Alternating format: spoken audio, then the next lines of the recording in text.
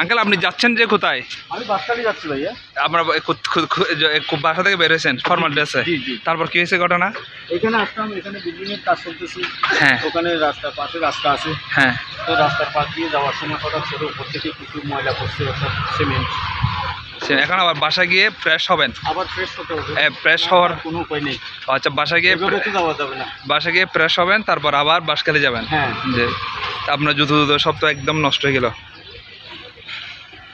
তাই এই যে এরা যে ধরেন কোটি টাকার বিল্ডিং করে, কিন্তু যে সেফটি বা নিরাপত্তার জন্য কোনো কিছু ইউজ করে না, এটা বিষয়ে আপনি কি বলবেন? এটার ব্যাপারে ওদের আরও নিরাপত্তা দেওয়ার দরকার, বুঝছেন? সেফটির জন্য আরও ইয়া করা দরকার।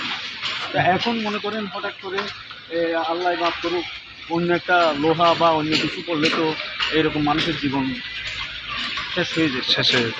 এরকম তো ঘটনা অনেক সময় অনেক ঘটে।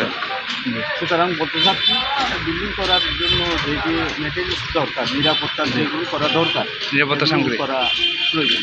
ধন্যবাদ।